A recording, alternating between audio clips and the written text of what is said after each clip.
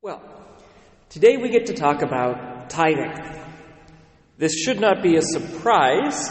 I've said multiple times that I will give you 2 tithing homilies each year, once for parish stewardship in November, and once for the annual Catholic Appeal in the spring.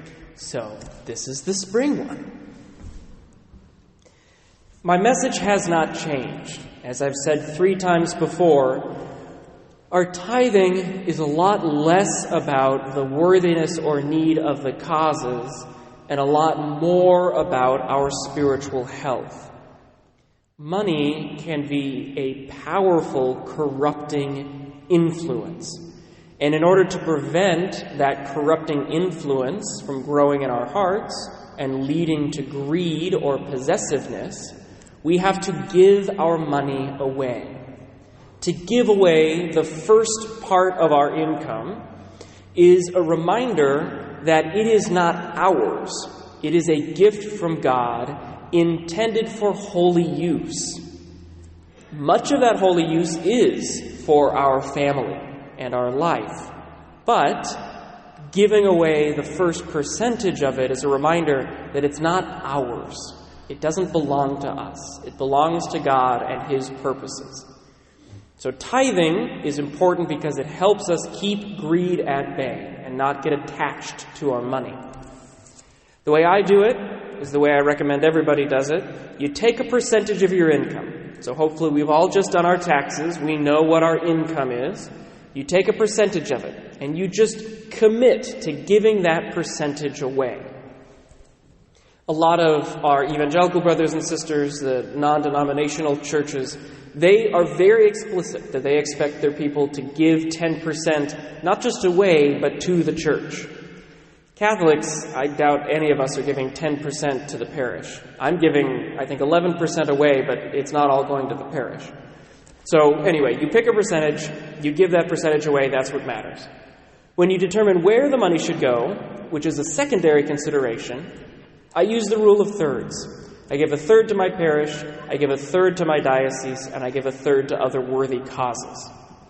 I think Father Scott's rule was 50-50. You give 50% to the parish and 50% to other worthy causes, which includes the archdiocese. However you do it doesn't really matter. What matters is that we have a habit of giving our money away. Now, you've heard me say that before. New content. First, let's talk about the annual Catholic Appeal. I think the way we approach the annual Catholic Appeal is silly, and I don't like it. Now, that's not to say I think the ministries are silly. I think the ministries are incredibly important. The diocesan programs for youth and young adult ministry, for pastoral care, prison ministry, hospital ministry, the things that they do to educate seminarians and to support priests, all of that is incredibly important and needs to be funded. But the list of things that we get from the diocese that we're supposed to do is exhausting. They're like, well, the pastor should preach a homily, and then you should have 2 different guest speakers, and in the weeks between the guest speakers, you should mention it at the end of Mass, at the announcements, and have people fill out cards, and you should put it in the bulletin for 7 weeks, and you should be sending out a gazillion different mailings. I'm exhausted every year when I see it. And I thank God for Karen Zuther because I just delete the email and say, she'll deal with it. But the reason I think it's silly is these are annual and important expenses. These ministries matter. And we're going to fund them every year, and we're going to make this ask every year. It shouldn't be our entire focus for 6 weeks. It's a normal request. Keeping our parishes open is a normal request. Funding our diocese is a normal request. We don't have to be kitschy. We don't have to have all of these, incentives and talks. I'll mention it once in a homily. We're going to call it good. I will send out some letters. I always forget. So this is the first year ever I have given to the appeal before I preached on it. Usually I forget for like a month and a half. And then I'm on mailing number 3 and I'm like, oh yeah, I should deal with that. So we'll do the mailings, but otherwise, this is the last time you're really going to hear about it at church, except maybe a before Mass announcement that's real quick.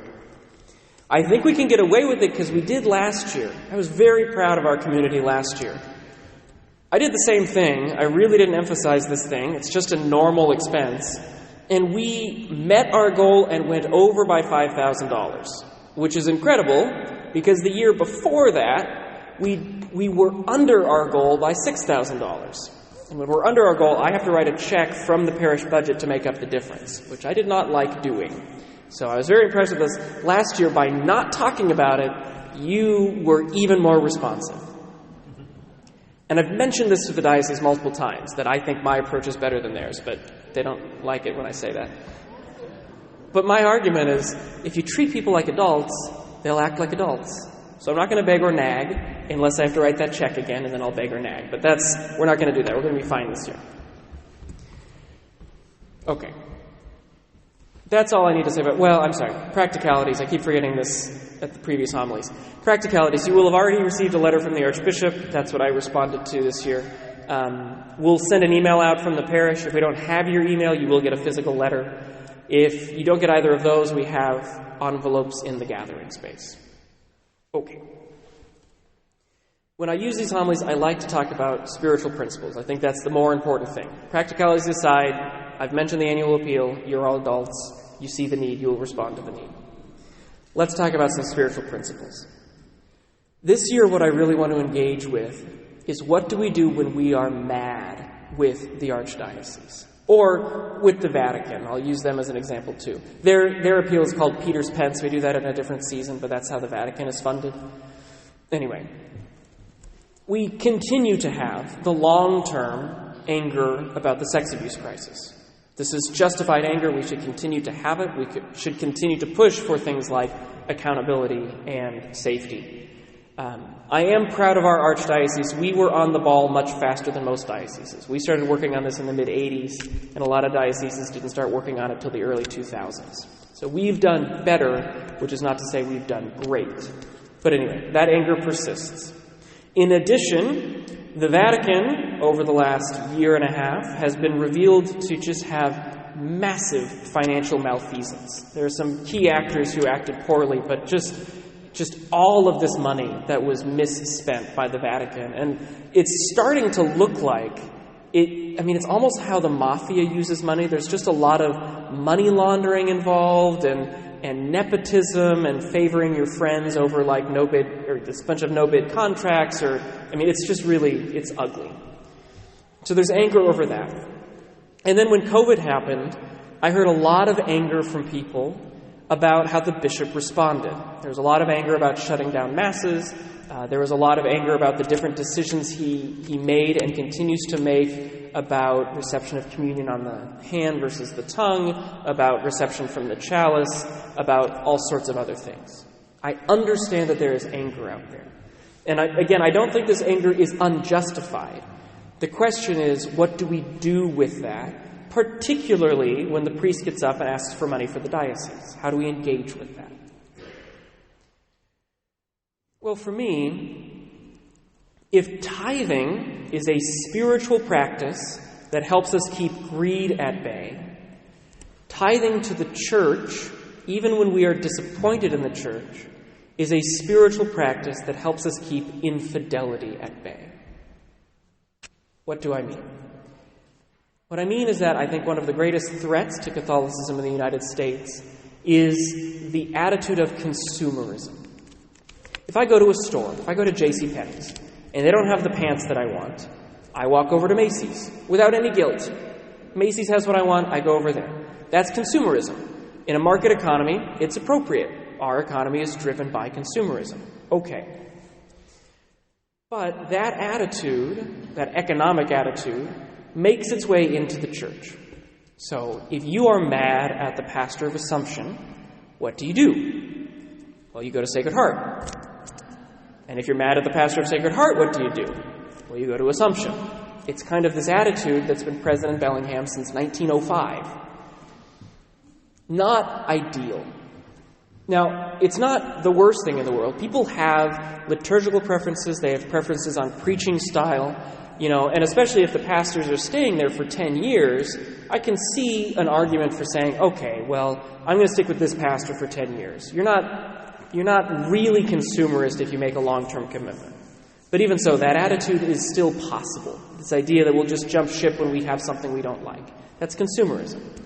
And it doesn't matter so much with liturgical preferences or preaching preferences, but we have to be very careful with that attitude, because if it's unchecked, it will lead to infidelity to the church.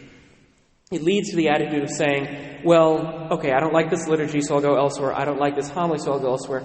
I don't like this doctrine, so I will go elsewhere.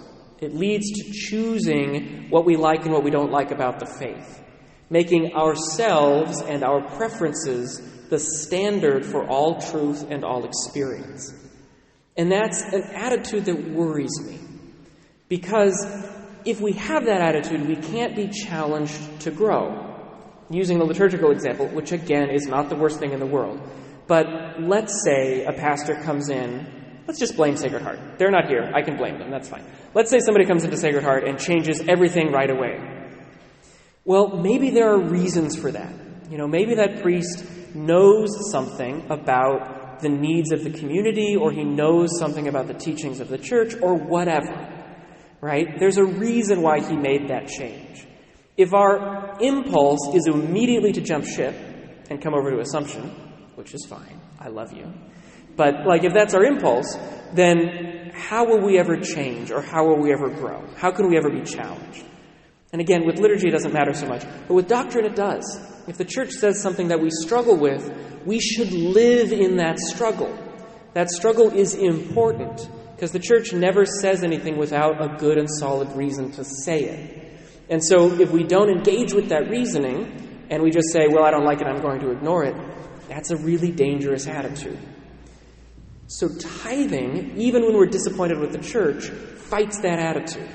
It says, even if I'm mad about something, and like these decisions by the Archbishop about COVID, even if I'm mad about these decisions, is it to the level that I am going to cut the Archbishop off completely? Is it to the level that I'm going to jump ship and not engage? Let me use another example. Consumerism. Pants. Don't like what I see at Penny's, I go to Macy's. Fine. What is the level at which we would cut off our family, or we would jump ship from our family? How mad do I have to be, for example, at my mother before I say, I will not support her in her old age? What's that level? The difference between the level we have for stores and the level we have for family is night and day. There are reasons why people don't have contact with their parents or don't support them.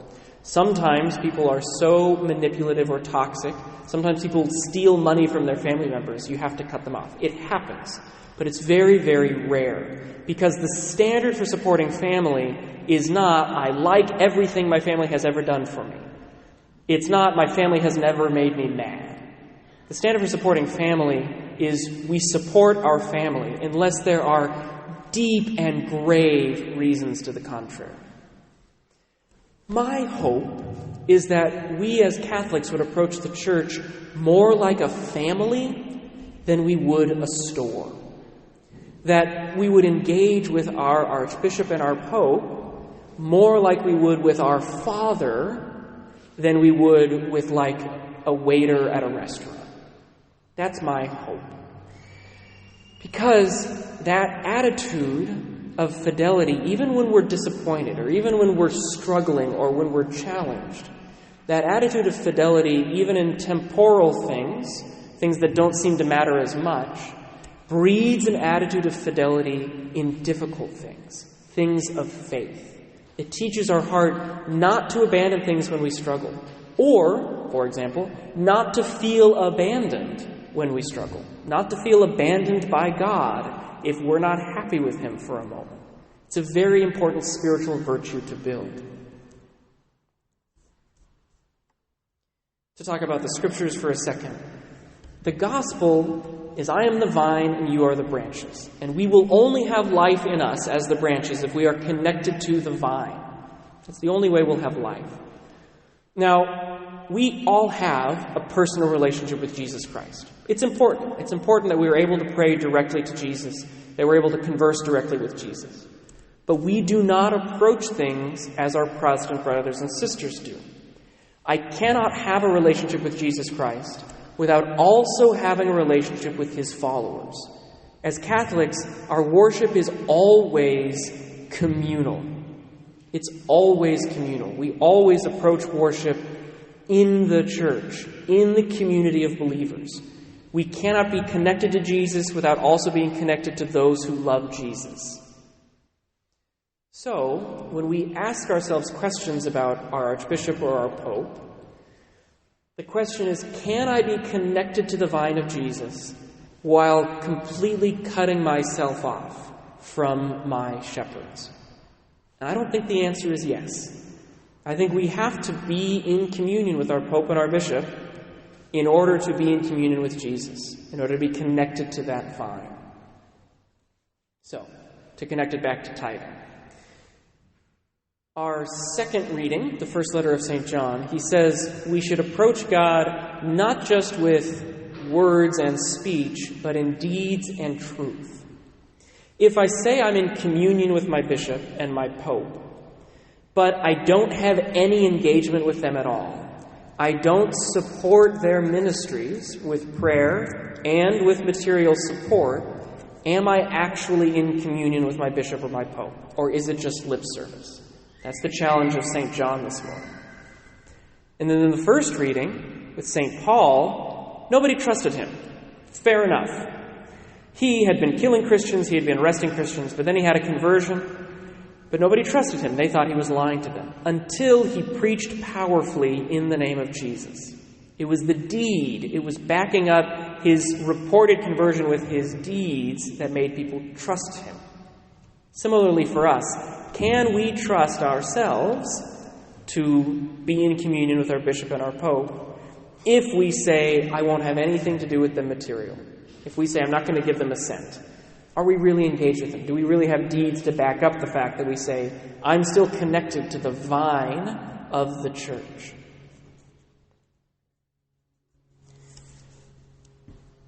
The last thing I'll say, I am not unsympathetic to the idea of reform in the church. As I actually told the Archbishop to his face a couple months ago in one of our meetings, I said, at heart, I am a revolutionary. The only reason I don't go crazy is because I have also bound myself to the church. I know the code of canon law, I know the liturgical rubrics, I don't break those things. But within the space given to me, I like to take things down to their root. I like to ask, like from the very basis, are we doing this right? Or should I be a revolutionary and revolutionize that? That's who I am at heart. So I am not unsympathetic to church reform. I absolutely believe that the church is constantly in need of reform, and particularly the leaders of the church are constantly in need of reform. They constantly need to renew their fidelity to Christ. They constantly need to dedicate themselves to sanctity rather than to the things of the world. We have seen what corruption looks like in the hierarchy, and it makes us very sad. As a priest, one of the ways to talk about priesthood is as the friend of the bridegroom. So Christ is the groom, the church is his bride. As the friend of the bridegroom, I step in to take care of his bride, the church. So to think of the church as my bride, or as my best friend's bride, of course I want her to be holy. Of course I want her to be reformed. The question I want us to engage with, though, is, will reform happen just by cutting off the source of funding? If we say to our Archbishop, I am not going to fund your ministries, I am not going to fund your work with our archdiocese, does that bring about reform? I don't think it does. I think it corrupts our hearts and does very little to reform the church. In the history of the church, all reform has come from saints. There has never been a period of reform in the church, and the church needs reform every 100 years or so. You see this up and down. It's just sin, sin, sin, sin, sin, reform, reform, reform, sin, sin, sin, sin, sin. It's every century. There has never been a period in the church where the reform didn't come from saints. It is from the holiness of the people. And sometimes, God willing, the holiness of the hierarchy. But it's always the holiness of the people that brings reform in the church. If we are worried about our leaders and if we're worried about the church, the first thing we have to do is try to be saints. because saints change the world. We just celebrated the feast day of St. Catherine of Siena. She brought the popes back from France. The Pope was the Bishop of Rome, and for 100 years or so, they didn't live in Rome, they lived in France. And she's like, that's stupid. And they were living in decadence, and they were very comfortable, and Rome was falling to ruin. Catherine of Siena didn't have any power, she didn't have any office, she didn't have any money. She only had her sanctity. And through her sanctity, she convinced the Pope to leave all of the comfort of France and go back to Rome. The church is reformed by saints. If every single person in the pews of the Archdiocese of Seattle was a saint, we would absolutely never have a sinner as a bishop, right? But our hierarchs, your clergy, myself, we're always influenced by the people we serve. And the holier you are, the holier I am, because I'm inspired by your holiness. But if we all decide we're going to give ourselves over to the world and to the things that are not of God, we just leave ourselves in complacency. If we want to reform the church, we have to be saints. We have to be holy. And I assure you, I listen to saints. When somebody is faithful to the church and they make sacrifices for their faith, I always listen very attentively to what they have to say, because they are who I want to be. Similarly, our bishop will always listen to saints. Our pope will always listen to saints. I don't think there's anybody more powerful in the 20th century in the church than Mother Teresa. You couldn't say no to her. She was too holy. She'd walk into your office, she'd ask for something, and even if bishops wanted to say no, they never did, because she was a saint. Okay. Summary. When I don't preach with a text, it goes a little long. I'm sorry. Tithing is an important spiritual practice because it helps us fight greed. Tithing to the church, even when we are mad at the church, is not an admission that the church is fine and doesn't need reformed. Tithing to the church, even when we are mad at the church, is good for us because it reminds us that the church is a family, not easily to be abandoned, and that the church is something we want to be faithful to. We don't want to just pick and choose when we're happy. Tithing to the church, even when we're upset, is a powerful sacrifice that we make to maintain that unity given to us in the church by Jesus Christ.